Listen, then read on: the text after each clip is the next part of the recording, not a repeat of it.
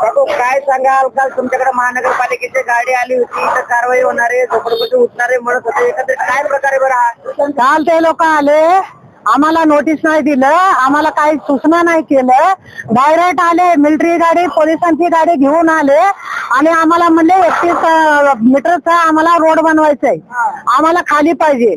मग नंतर आमच्या तांड्या भावांनी आणि कांबऱ्या भावांनी ह्यांनी अडवलं की बाबा आम्हाला आमच्या सगळ्या लोकांना कुठेतरी सोयी करा.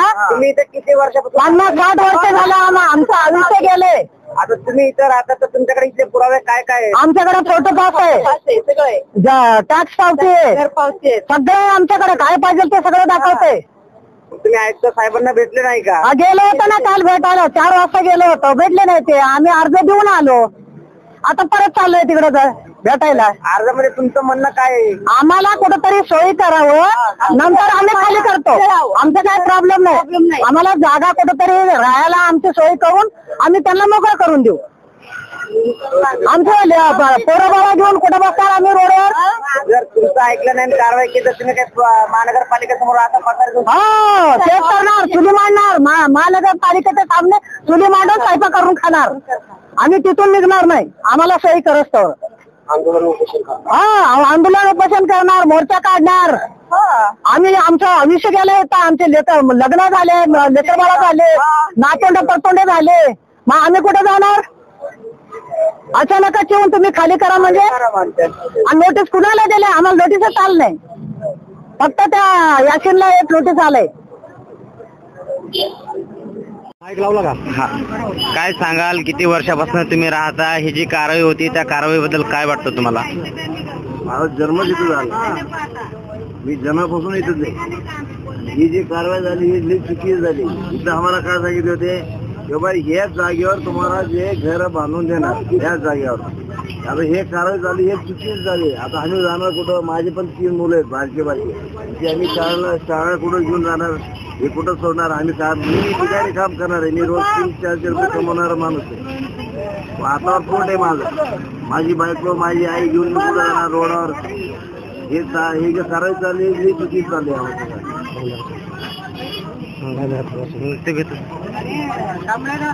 अजून एक सांगायचं आहे, आपण 21 लोक पैसे भरले, कुठं 5 नंबर बिल्डिंग देतो म्हणले आणि 21 लोकांनी पैसे भरले. ते पैसे एक मिनिट शांत बोल, डायरेक्ट बोल. आमच्या रमजानच्या ईदवर हे सगळं गोंधळ घातले. आम्ही रमजान सण कुठं करावा, हे कुठं करावं? आता माझी बायको पोरं घेऊन मी कुठं रोडवर पडणार? मी आता म्हणजे एकंदरीत जाणून बुजून कारवाई होते का? अचानक कारवाई चालू झाली सगळी. जातीवादी नगरपालिका, जातीवादी नगरपालिका झाली.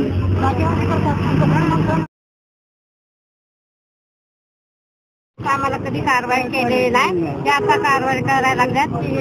हे चुकीचं आहे कारवाई.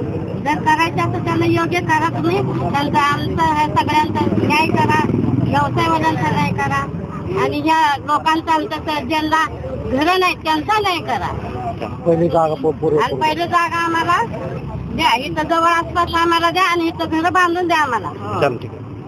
काय सांगाल, या ठिकाणी या झोपडपट्टीवर कारवाई होणार अशी कालपासून चर्चा चालू आहे. काल महापालिकेचे अधिकारी आले होते, गाड्या घेऊन आले होते, पण कालची कारवाई थांबलेली आहे. एकत्रित काय प्रकार?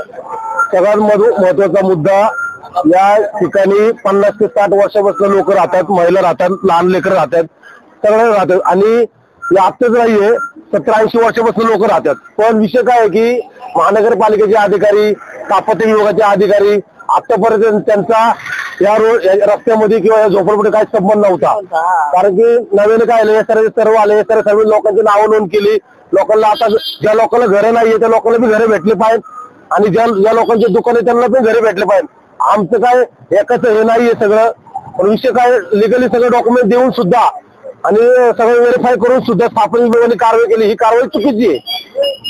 डॉक्युमेंट व्हेरीफाय करण्यासाठी आपण काल मागणी केली नाही, पण कुठले डॉक्युमेंट कोणी व्हेरीफाय केले पाहिजे? सगळ्यात महत्वाचा मुद्दा, आता जे महानगरपालिकेचा आतापर्यंत संबंध येत नव्हता, स्थापत्य विभागाचा संबंध येत नव्हता, संबंध येत होता, एसआरचा संबंध येत होता. तर एसआरच्या अधिकाऱ्यांनी नवीन नोंदणी केलेली आहे 2018च्या सर्वेनुसार, तर त्या लोकांना घरे भेटली पाहिजे. जर आम्ही परत महानगरपालिकेमध्ये गेलो, स्थापन विभागाशी गेलो, स्थापन विभाग म्हणते की याच्यामध्ये आमचा काही संबंध नाही. काल महानगरपालिकेमध्ये तुम्ही गेले होते, काल पालिकेमध्ये काय चर्चा झाली आणि आपण तिथे काय कागदपत्र देणार? महानगरपालिकेत आम्ही काल गेलो होतो, त्यामुळे ही चर्चा झाली जे स्थानिक रहिवासी आहे 70 ते 80 वर्षापासून जे राहतात लिगली त्यांचे घर टॅक्स आहे, लाईट बिल आहे, घराचा फोटो पास आहे, हे सगळं असताना सुद्धा त्यांनी कारवाई केली. ही कारवाई चुकीची आहे. काल उपाध्यक्षांकडे तुम्ही बसले होते, त्यांच्याशी काय चर्चा झाली, त्यांना काय आश्वासन तुम्हाला दिलं? सरांनी आम्हाला एवढं आश्वासन दिलं की लिगली तुम्ही जे डॉक्युमेंट आहे तुमच्याकडे ते तुम्ही जमा करा, त्याच्यातून आपण तोडगा काढू आणि जर तुम्हाला जर असं वाटत असेल तुमचं स्थलांतर करू तो बी पर्याय आम्ही तुम्हाला देऊ म्हणले. कालच्या बोलण्यामध्ये तुम्ही समाधानी झाला आहात का परत आज आयुष्याला भेटण्याचा प्रयत्न करणार? कालच्या बोलण्यामध्ये आम्ही समाधानी नाही, कारण भीतीचं वातावरण पसर आहे. 2-3 महिन्याला चक्कर बी आली होती, बीपी वाढला होता. याच्यामध्ये जर कुठली महिला अचानक मृत्यू झाला ही जिम्मेदारी स्थापन विभागाची राहील आणि अण्णा बोराडे साहेब यांची राहील. मी इथली रहिवासी आहे नाटेकर आणि सगळ्यांना इथं काय आहे सावलीसाठी म्हणून समोर जे काय पत्रशेत केले होते ते पाडायला सांगितलं, आम्ही पाडलं. तर काही लोक आता म्हणतात की घरं पाडण्यात येणार आहे, तर घरं पाडण्यात येणार आहे असं जे काय नोटीस कोणाला दिलेलं नाहीये असं तोंडी येऊन सांगितलेले आहेत.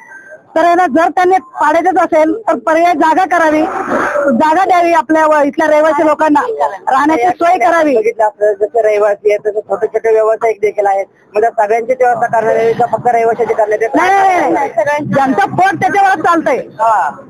आता त्यांचा व्यवसाय तो आहे आणि ते जर व्यवसायासाठी त्यांना कोणा पर्याय जागा दिलीच नाही तर त्यांनी पोट भरणार कसं? सगळे गोरगरीब आहेत, तिथं कोणाचं श्रीमंत किंवा लोकपती वगैरे राहणारी लोक नाही आहेत वस्तीमध्ये. त्यासाठी ज्यांना काय कुठे द्यायची जागा ते पण ह्या वस्तीपासून फक्त 300 किलोमीटर वरती 3 किलोमीटर वरती जर दिलं तर त्यांना सोय होईल. किंवा कामाची काय काय लोक बिगर रोजगार करणारी लोक आहेत, त्यांना लांबून येऊन काम या ठिकाणी घरी भांडे करणारे मोलमजूर करणारे सगळे लोक आहेत, सगळे कष्ट करणारे सगळे कष्ट करणारे लोक आहेत. तर तेवढे लांब जर दिलं तुम्ही चिखली ह्या साईडला जर दिलं तर ह्या लोकांना सोय होणार नाहीये. तर इथल्या इथं जवळ आपण इथल्या स्थानिक महिला घेऊन आपण महानगरपालिका आयुक्तांची काही भेट घेण्याचा प्रयत्न करणार आहात का? तुम्ही पालिकेत जाणार आहात? नाही, आयुक्तांची तर भेट घेणारच आहे. जर त्यांनी जर हे काही आमच्या जे काही मागण्या आहेत त्याचा जर निर्णय घेतला नाही तर आम्ही आंदोलन करू, मोर्चा काढू, उपोषण करू की लोकांची सोय व्हायला पाहिजे. जे काय इथल्या रहिवाशांना जे काय जागा पाहिजे त्यांना कुठेतरी पर्याय जागा शोधून द्यावी त्यांनी आणि मगच लोकांची सोय करावी. तर ही कारवाई चुकीच्या पद्धतीने होती असं तुम्हाला वाटतं? हो, चुकीचंच आहे ना. इथं आमचं लहानपण गेलं, आमचा जन्म गेलाय काय. आता 50-60 आमच्या वडिलांनी आम्ही लहान आम्ही जन्मला पण नव्हतो त्यावेळेस आमचे आई वडील इथं आलेले आहेत. या ठिकाणी तुम्ही म्हणता आम्ही रहिवासी, त्या ठिकाणी पुरावे काय की तुमच्याकडे?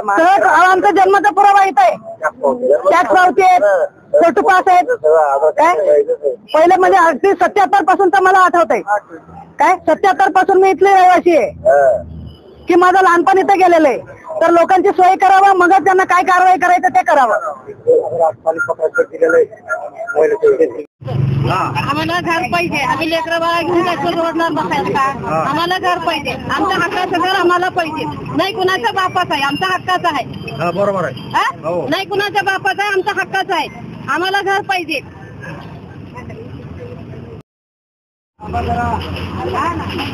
जरा इकडे गर्दी करा, जरा इकडे गर्दी करा. लोकांची इथं राहतोय. काल जी कारवाई केली ती फार चुकीची झालेली आहे. त्यांनी पहिले नोटीस वगैरे दिली नाही आणि नोटीस दिले तरी त्यांनी आम्हाला कुठेतरी पर्याय जागा नोंद करावी 3 किलोमीटरच्या आतमध्ये. आणि सर्वांना जे काही गरीब आहेत त्यांना सर्वांना कुठेतरी सोय करून देण्याची, सर्वांना घर मिळण्याची एक सोय नगरपालिकेने करून देण्याची आवश्यकता. आता कारवाई थांबवावी. आता यांनी सर्वांनी कारवाई थांबवायला पाहिजे, कारण हे लहान लहान मुलं घेऊन जाऊन कुठे करणार?